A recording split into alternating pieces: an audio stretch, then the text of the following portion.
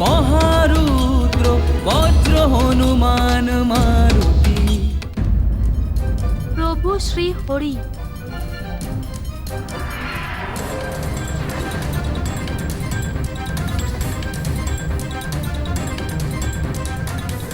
বলো না ওকে তুমি প্রভু। ও প্রভু নয়, আমি হলাম প্রভু, ত্রিলোকেশ্বর, আমি ত্রিলোকপতি হিরণ্যকশিপু।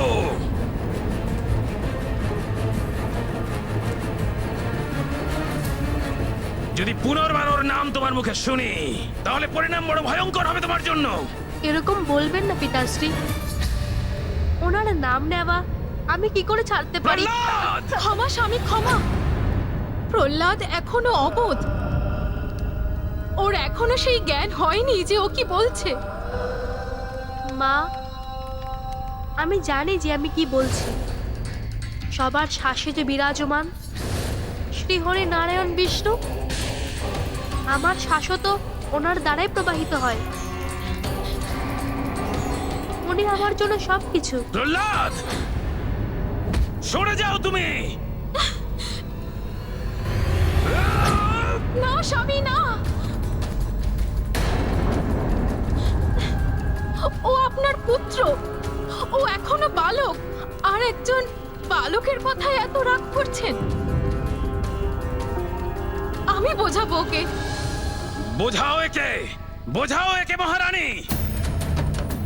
যে ছলনাকারী বিষ্ণুর নাম নিচ্ছে, সে আমার ভাইয়ের কাকাকে বধ করেছে। সে আমার পরম শত্রু। পিতাশ্রী, মানুষের পরম শত্রু অন্য কেউ নয়, তারই ভিতরে লুকিয়ে থাকা অহংকার, হিংসা, লোভ, মোহ আর অলসতা। শ্রীহরি নারায়ণ তো শুধু পাপ কর্ম আর সমস্ত পাপী মানুষদের বিরুদ্ধে। তাহলে তুমি বলতে চাইছো তোমার কাকা আমার ভাই হিরণ্যাক্ষ পাপী ছিল? আমি এটা জানি না পিতাশ্রী, কিন্তু আমি তোমাকে এটা বলতে পারি যে ওনার মৃত্যু যদি শ্রীহরি নারায়ণের হাতে হয়ে থাকে, তাহলে ওনার থেকে বড় সৌভাগ্য আমাদের মধ্যে আর কারোর হতে পারে না।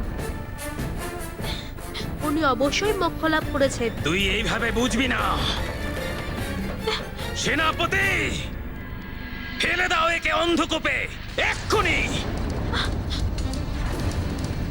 প্রাতঃকাল পর্যন্ত ক্ষুধা তৃষ্ণায় থাকলে ভুলে যাবে সমস্ত হরিভক্তি। মহারাজ, তাই বলে রাজকুমারকে বন্দি করো একে অন্ধকূপে এক্ষুনি।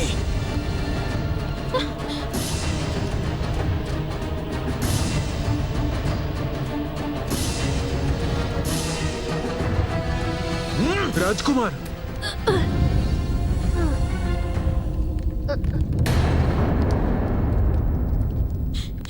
স্বামী পুত্র প্রহ্লাদকে এত কঠোর দণ্ড দেবেন না।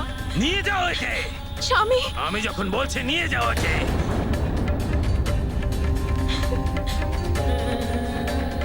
স্বামী, ও আমাদের পুত্র, এখন ও অবোধ, ওকে আপনি ক্ষমা করে দিন স্বামী।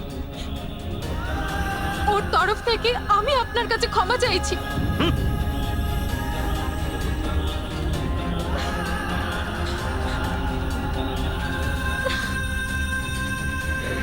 পুত্র,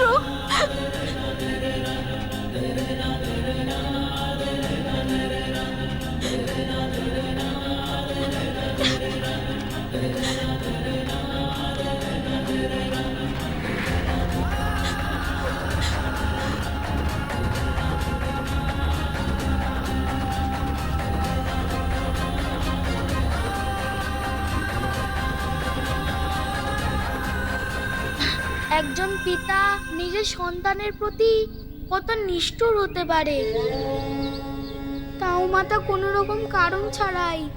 পুত্র, মানুষের স্বয়ং নিজের ভেতর লুকিয়ে থাকা বিকারই তার সব থেকে বড় শত্রু হয়। আর এই বিকারের কারণে হিরণ্যকশিপুর বুদ্ধিভ্রষ্ট হয়েছিল। ও উচিত আর অনুচিতের মধ্যে বিভেদ করতে পারছিল না। সত্যিই বলেছেন মাতা। ক্রোধ আর অহংকার মানুষকে মানবতার স্থান থেকে দানবের পথে ধীরে ধীরে নিয়ে যায় মাতা। অহংকারের বশে একজন পিতা তার পুত্রের প্রতি দানবের মতন ব্যবহার করলো। তারপর কি হলো মাতা? আচ্ছা, প্রহ্লাদকে কি সারা রাত কারাগারেই থাকতে হলো?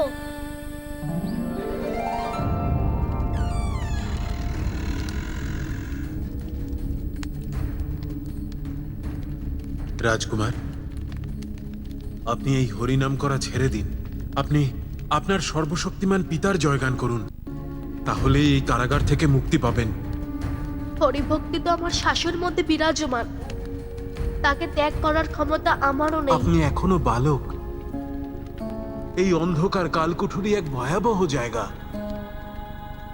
এই অন্ধকারে কি করে থাকবেন আপনি? যার হৃদয়ে হরিভক্তির যদি সবসময় প্রজ্বলিত হয়ে থাকে, সে কোনো রকম অন্ধকারে ভয় পায় না। অনুমতি দিন রাজকুমার, এবারে আমাকে যেতে হবে। প্রণাম। হুম।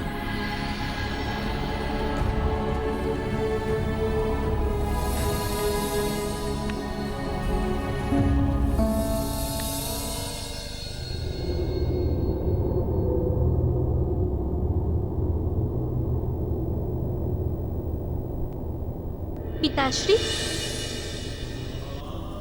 প্রহ্লাদ, ত্রিলোকের প্রভু একমাত্র শ্রী হরিনারায়ণ। স্বামী, এই অমাবস্যার অন্ধকারের থেকেও কালো হবে ওই কারাগারের কুঠুরি। আমাদের সন্তান ওখানে সারা রাত কিভাবে থাকবে, তাও ক্ষুধার্ত, তৃষ্ণার্ত? মহারানী, আমি ওর পিতা। এই সব করে আমিও কষ্ট পাচ্ছি, কিন্তু ওর হৃদয় থেকে হরিভক্তি শেষ করে দেওয়ার জন্য এই দণ্ড প্রয়োজন ছিল। সকালের মধ্যে ও সব হরিভক্তি ভুলে যাবে। তারপরে আমি নিজে তোমার সাথে গিয়ে নিজের পুত্রকে অন্ধকূপ থেকে বের করে নিয়ে আসব। মহারানী, এবার ভোজন করে বিশ্রাম করো।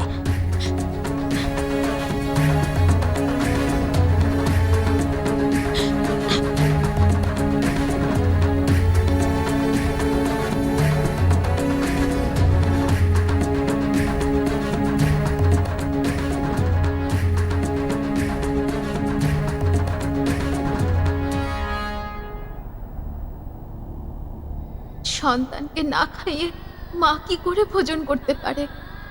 পুত্র কারাগারের মাটিতে শুয়ে থাকবে, আর মা কিভাবে রাজভবনের পালঙ্কে ঘুমোবে?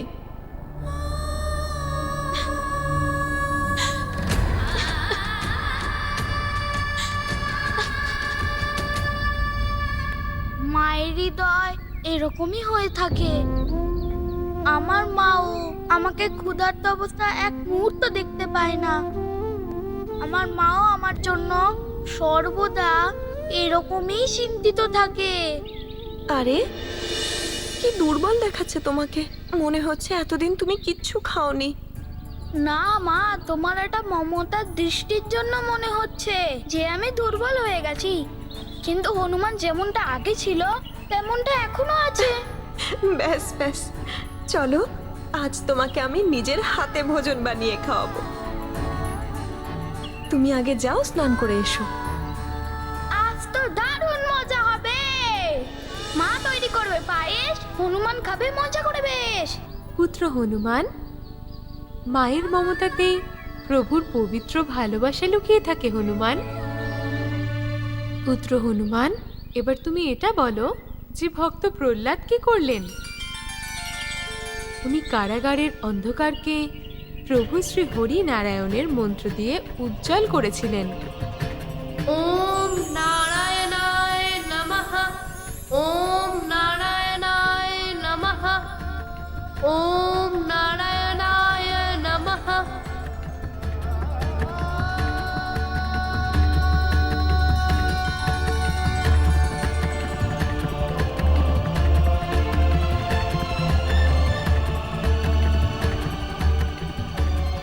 প্রণাম শ্রীহরি,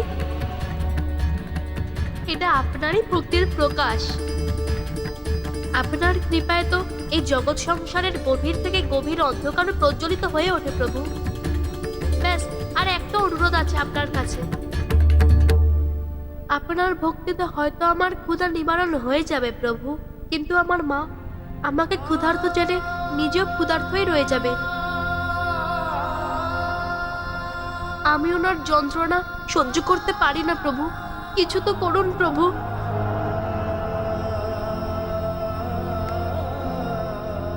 ওম নারায়ণায় নমঃ, ওম নারায়ণায় নমঃ, ওম নারায়ণায় নমঃ, ওম নারায়ণায় নমঃ। পুত্র প্রহ্লাদ, মা তুমি এখানে? মা তুমি এখানে কি করে? আমি আমার সন্তানকে না খাইয়ে কিভাবে রাখি?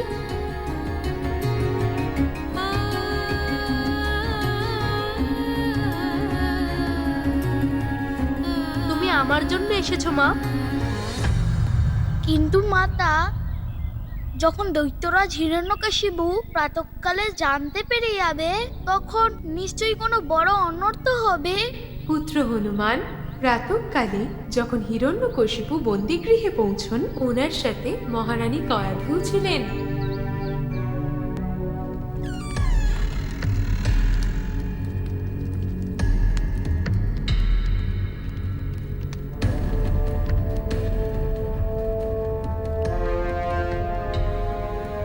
মা প্রহ্লাদ, তুমি ঠিক আছো? তোমাকে শতকোটি প্রণাম মাতাশ্রী। দীর্ঘজীবী হও।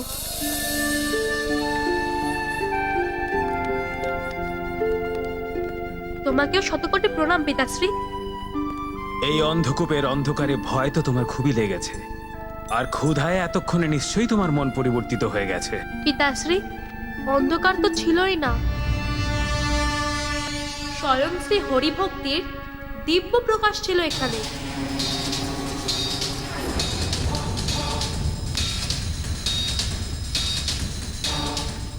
আমার একটুও ভয় লাগেনি পিতাশ্রী, আর আমি ক্ষুধায়ও কষ্ট পাইনি।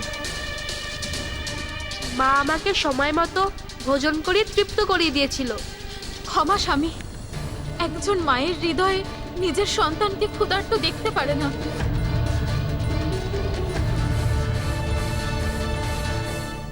ক্ষমা স্বামী, একজন মায়ের হৃদয়ে নিজের সন্তানকে ক্ষুধার্ত দেখতে পারে না।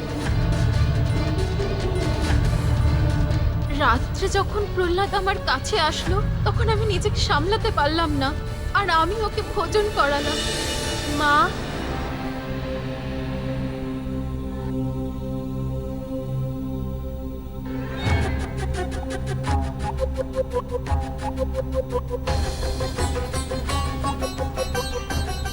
মা,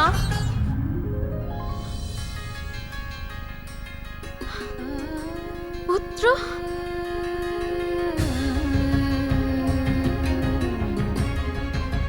পুত্র প্রহ্লাদ, তুমি এখানে? মা,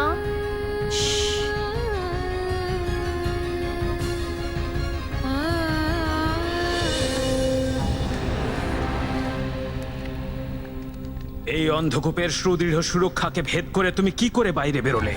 না পিতাশ্রী, আমি এখান থেকে বাইরে বেরোইনি। মা স্বয়ং নিজে এসেছিল ভোজন নিয়ে আমার কাছে। এটা তুমি কি বলছো পুত্র? তুমি তো স্বয়ং এসেছিলে আমার কাছে রাজভবনে।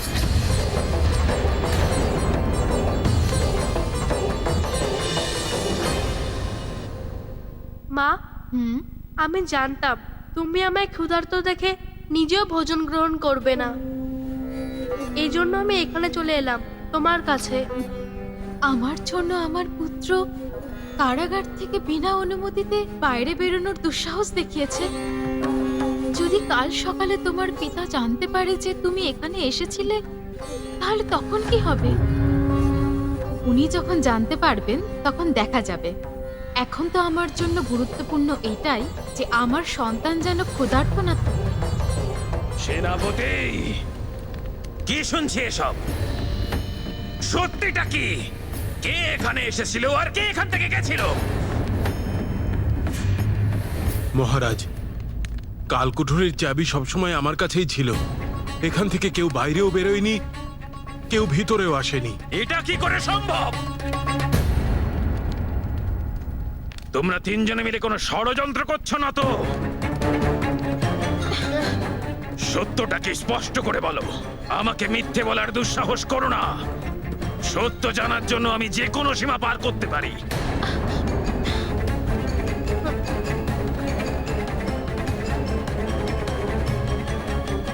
যে কোনো সীমা।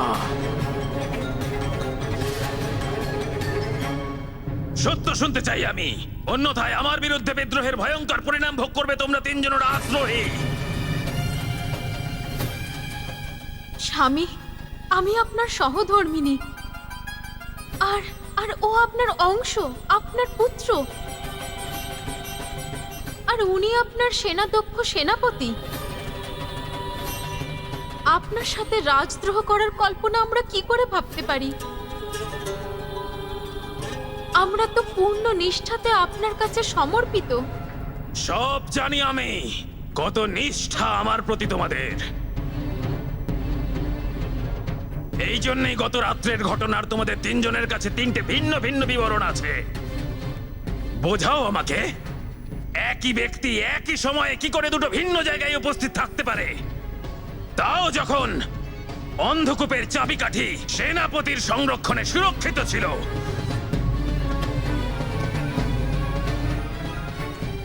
আপনার এই ভক্তের কোটি কোটি প্রণাম প্রভু শ্রীহরি।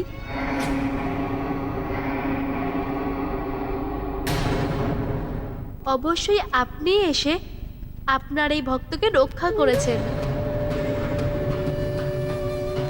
পিতাশ্রী, প্রভু শ্রী হরির জন্য কোনো কিছুই অসম্ভব নয়। আমার মা আর সেনাপতি মশাইয়ের কোনো দোষ নেই। আমার সম্পূর্ণ বিশ্বাস শ্রীহরি নারায়ণে এসেছিলেন। ওম নারায়ণায় নমঃ। ওম নারায়ণায় নমঃ। স্বামী, আপনার ছোট্ট ভক্ত আপনাকে কিছু বলতে চাইছে। ওম নারায়ণায় নমঃ। ওম নারায়ণায় নমঃ।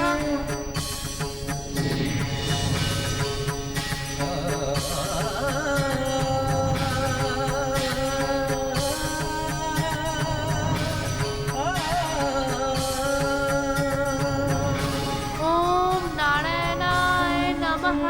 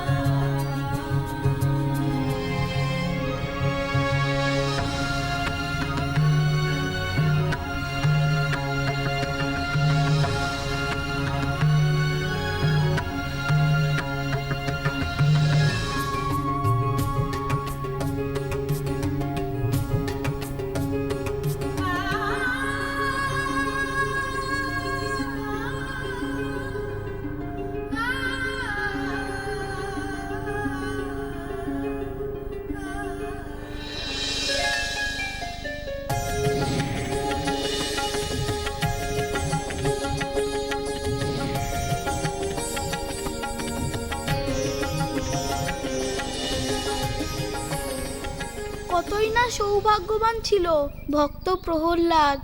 ওনারই ভক্তে বসে পড়ে উনি দুটো রূপ ধারণ করেন। প্রথমে পুত্র হয়ে মাকে ভোজন করান, আর মা রূপে পুত্রকে। প্রভু কখনোই নিজের ভক্তকে এমন কষ্টে দেখতে পারেন না। প্রভু তো কখনো মাতা হন, কখনো পিতা, কখনো বন্ধু, তো কখনো সখা। নিজের ভক্তদের জন্য উনি যে কোনো রূপে এসে ভক্তদের কষ্টকে নিবারণ করেন। বেশ,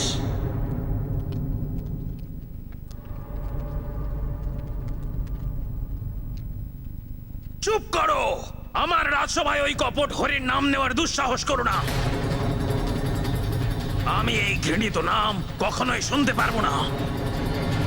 পিতাশ্রী, যখন আপনি আমার শ্রী হরি নারায়ণের নাম নিতে বারণ করেন, তখন আপনিও আমার সাথে ওনার নাম শ্রবণ করেন।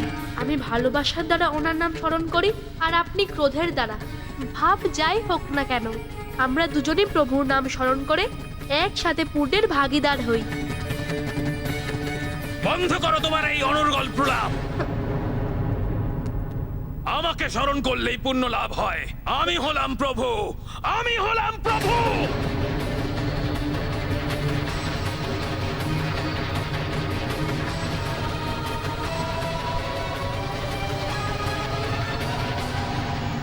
মনে সত্যিকারের ভক্তি ও শ্রদ্ধা থাকলে ঈশ্বর অবশ্যই সাহায্য করেন। For more updates, subscribe to our channel, click the show links and enjoy watching the videos.